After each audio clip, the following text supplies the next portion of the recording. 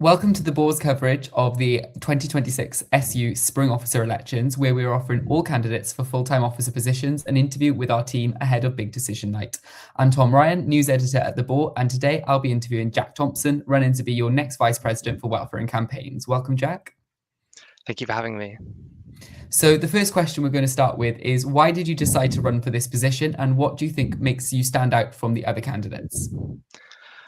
So I wanted to run for this position because campaigns is something that I'm super interested in the context of University of Warwick. There was many campaign ideas that I had as a student that I wasn't able to see into fruition based on my engagement with the SU, based on I used the forms and things they had on the website, but I didn't hear anything back. So obviously I don't know what the reasoning was for that, but that lack of communication for me as a student made me want to go into this role so I could at least communicate to students with ideas to why their ideas might not be able to come into fruition, or more ideally, help as many students as they can have their ideas come into fruition.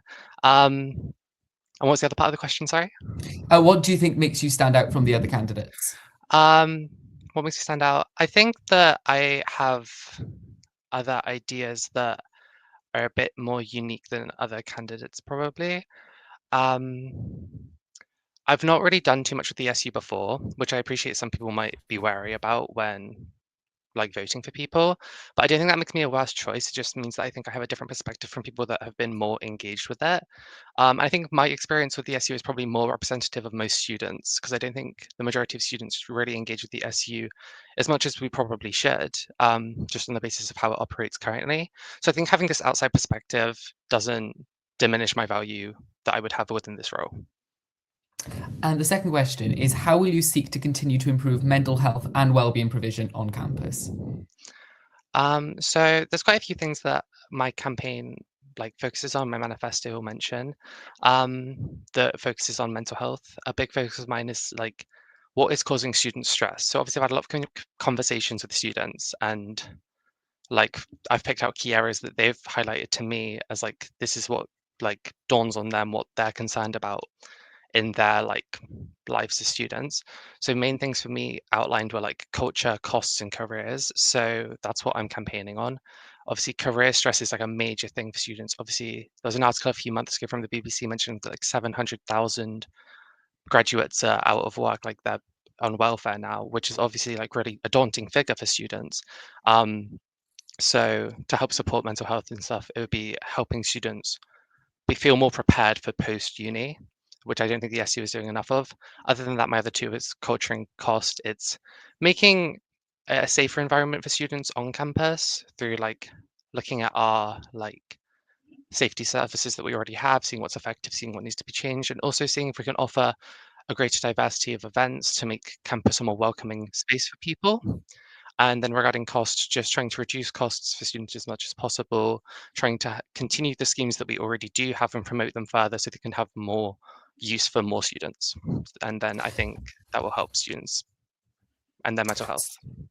So, report and support disclosures rose for the fourth time running in 2024-25. Are you concerned about these figures, and what more can the SU do to support students? Um, Obviously, if they're continuing to rise, it is a cause of concern for sure. I think it's good in some senses that we can be people are using these services, and that is a good thing that people know that they exist, people know that they can use them. But obviously, it is a major concern that they are rising. Um, Sorry, can you repeat the question? Yeah. So, are you concerned about these figures, and what more can the SU do to support students, do you think? Oh yeah. So what can the SU do? I think it is we need to investigate what these services are actually doing when these reports are coming through. Are they being taken seriously enough? Are people feeling listened to? And is action actually being taken that can then help these students who do report and use these services? So another thing that students will talk about is the cost of living crisis, and that's still affecting students on campus today. Even though the new co-op replaced routes, prices didn't dramatically fall for students, as an article in the Boar found. And across the SU run outlets across the SU run outlets and the SU's relationship with the university, what more would you do to support students with the cost of living crisis? So one of my main points is on cost, of course. As this is acknowledged as a big issue for most students. So One of the things I would like to do is investigate costs both on and off campus, kind of create a resource for students to use so they can best know where they can spend their money like most appropriately. I think the article that you're mentioning about the co-op mentioned that some prices dropped, but obviously some other items raised in cost. And I think looking at like the actual specifics to find where students can justify spending where and like where they should go for certain products and certain things to help students that are really trying to like control and manage their money would be really useful. And I also think if we develop that resource, it can be a great tool for pushing the SU to reduce their prices and in their like institutions like the Dirty Duck and Curiosity and being like, we're not currently offering prices better than other places nearby, so we shouldn't be promoting the use of our facilities unless we can reduce these prices or make our quality better or make things more accessible, have a better range of like items and such. Um, so that's my main thing. And my other point on cost predominantly is like talking about sport. Obviously, sport's a really great way to like improve your mental health, like wellness. Like it's a really good thing to be active. Like there's so many studies that show that. But obviously, it costs £82 for an on-campus sport club pass, and then another 18 for the federation membership. That is so outrageously expensive. Um, and as it's so important for mental health, that would be a big thing to try and lower that cost as much as we could. And you've touched upon it a little bit during the interview, but obviously campaigns is a big part of welfare and campaigns as the role.